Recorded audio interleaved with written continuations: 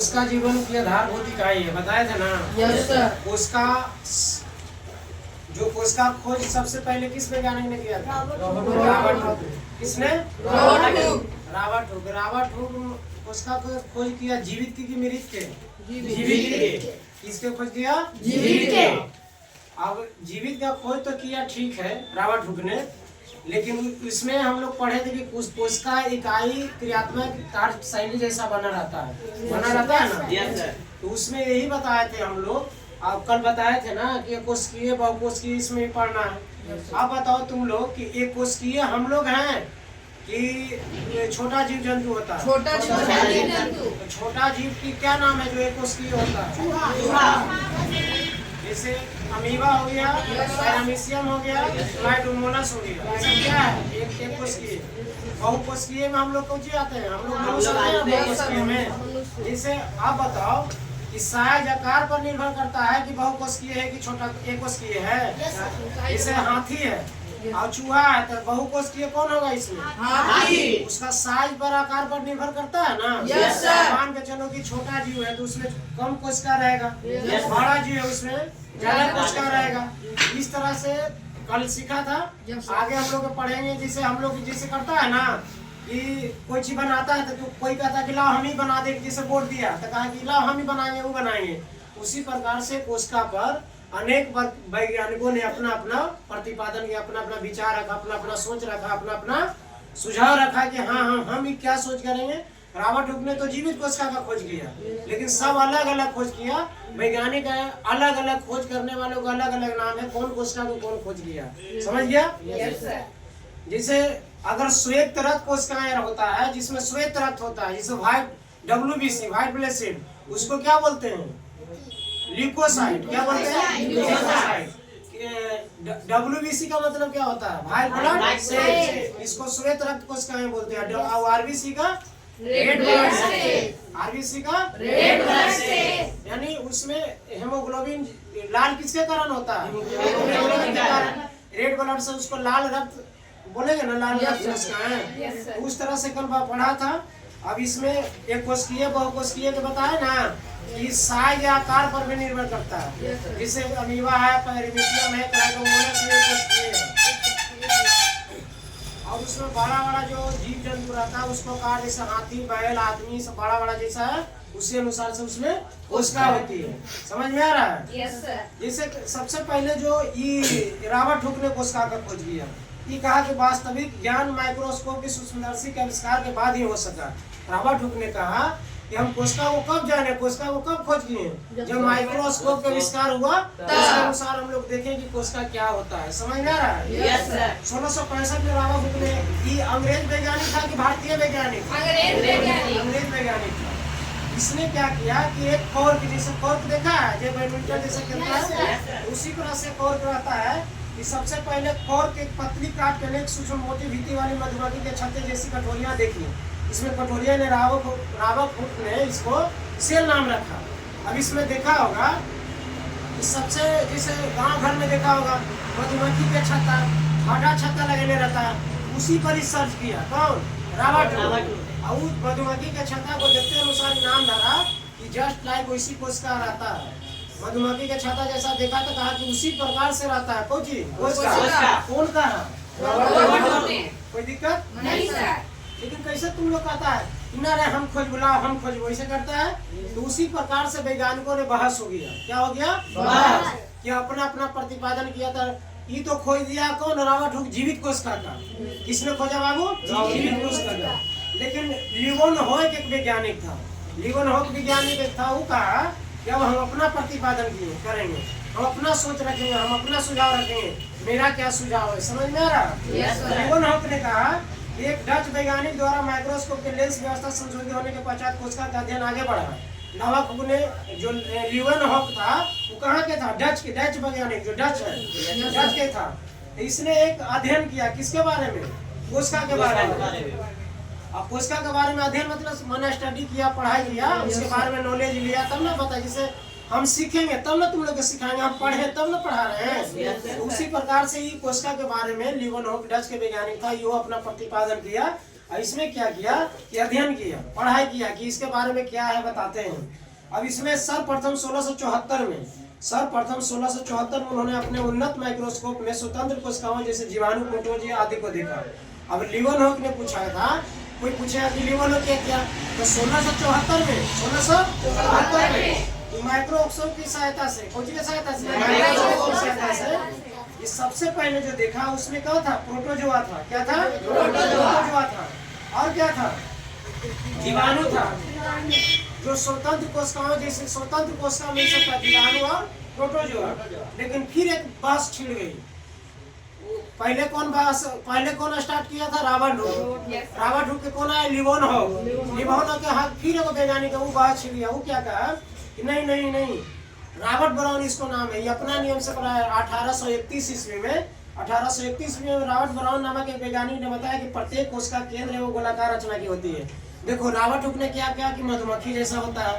अभी माइक्रोस्कोप अच्छी से जब प्रतिपादन हुआ, माइक्रोस्कोप का आविष्कार हो गया, आविष्कार होने के बाद लियोनहॉक ने कहा कि नहीं, हम जो बता रहे हैं, जो माइक्रोस्कोप के अनुसार देखेंगे, जो कोशिका में देखें, जो कोशिका का अध्ययन किए, तो उसमें प्रोटोजोआ और जीवाणु था। प्रोटोजोआ जीवाणु। लेकिन अगर रॉबर्ट ब्राउन ने कहा 1831 में कि नहीं, कि अपना सोच रखा, अपना विचार रखा, अपना अध्ययन किया, तो कहा कि वैसा नहीं, कोशिका में हमेशा एक गोलाकार रचना होती है। कैसा होती है? कहाँ होती है गोलाकार रचना? केंद्र में होती है। कहाँ होती है?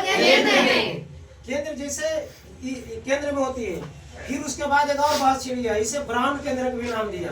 ये अपना जो खोज किया, कैसे कोई अपना कोचिंग से नाम रखता है कि फलना कोचिंग, ये खोज किया कौन? Robert brown.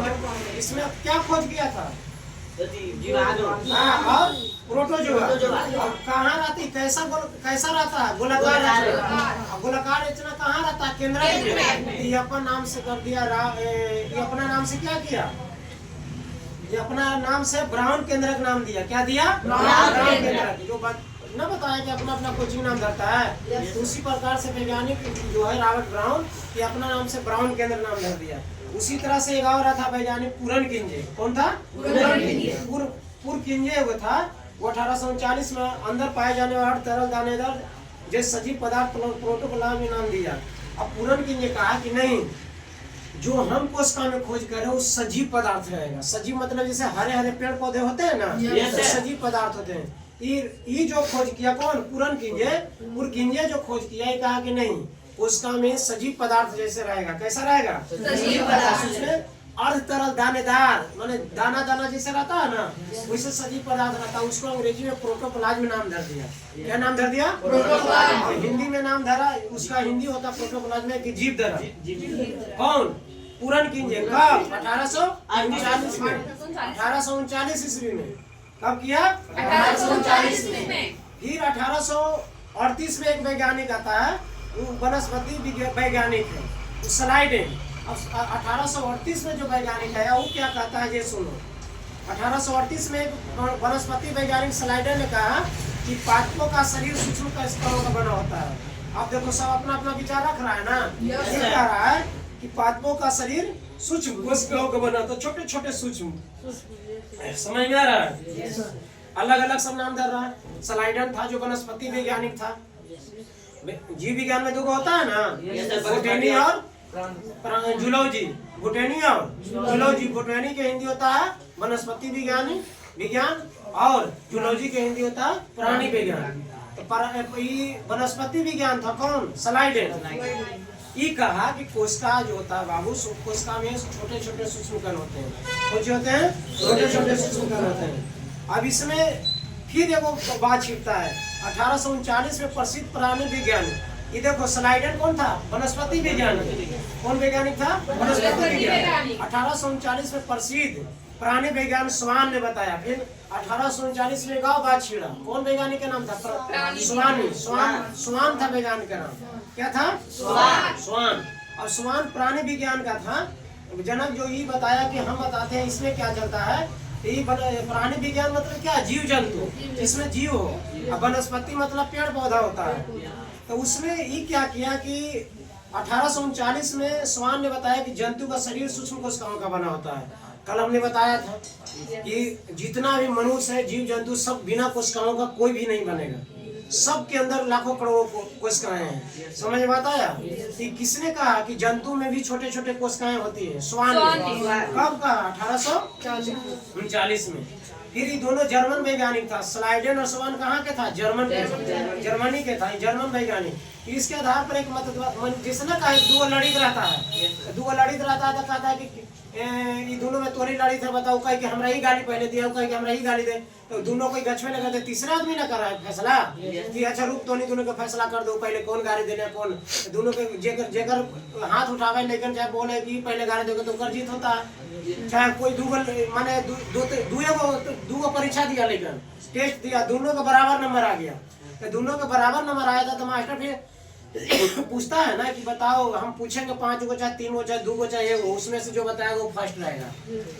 ये दोनों का बोर्ड पड़ा, किसको किसको? स्लाइडेन और स्वान का। अब एक मत का प्रतिपादन किसे कोशिका सिद्धांत कहते हैं। अब इसके अनुसार एक मत हुआ, मत माने बोर्ड चीज होता है ना, ये दोनों अपना मति से, ये दोनों अपना मति से, कौन?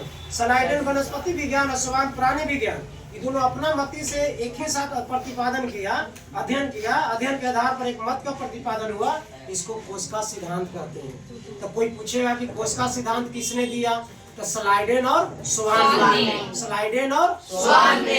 अब स्लाइडेन क्या था? वनस्पति वैज्ञानिक था। स्वान क्या था? प्राणी वैज्ञानिक था। कोई दिक्कत? आगे बढ़े। फिर एक बात छिड़ता है, अब इसमें कहता है, विर्चो ने कहता है, विर्चो क्या कहता है? 1855 ने 1855 में विर्चो ने बताया कि ना वैसा नहीं होगा, कोशिका का निर्माण पहले से मौजूद कोशिका से होता है। अब सुनो, ये कहता है, विर्चो कहता है कि नहीं, इतना तुम लोग लड़ाई किया, इतना अपना अपना विचार रखता है, लेकिन हम कह रहे हैं जो इसी होगा। कैसे? कि कोशिकाओं का निर्माण पहले ही से होता है, जो शरीर में कुछ न कुछ रहता है ओकरे से निर्माण होता है, जीव जंतु के शरीर में कुछ न कुछ रहता है ओकरे से निर्माण होता है। के कहा? विर्चो ने। कब? 1855 में। कोई दिक्कत नहीं सर। अब इसमें कोशिकाओं का निर्माण पहले से मौजूद कोशिकाओं से होता है। फिर एक बात छिड़ता है, जो बात छिड़ाने वाला है वैज्ञानिक मैक्स मूल। क्या है? मैक्स मूल।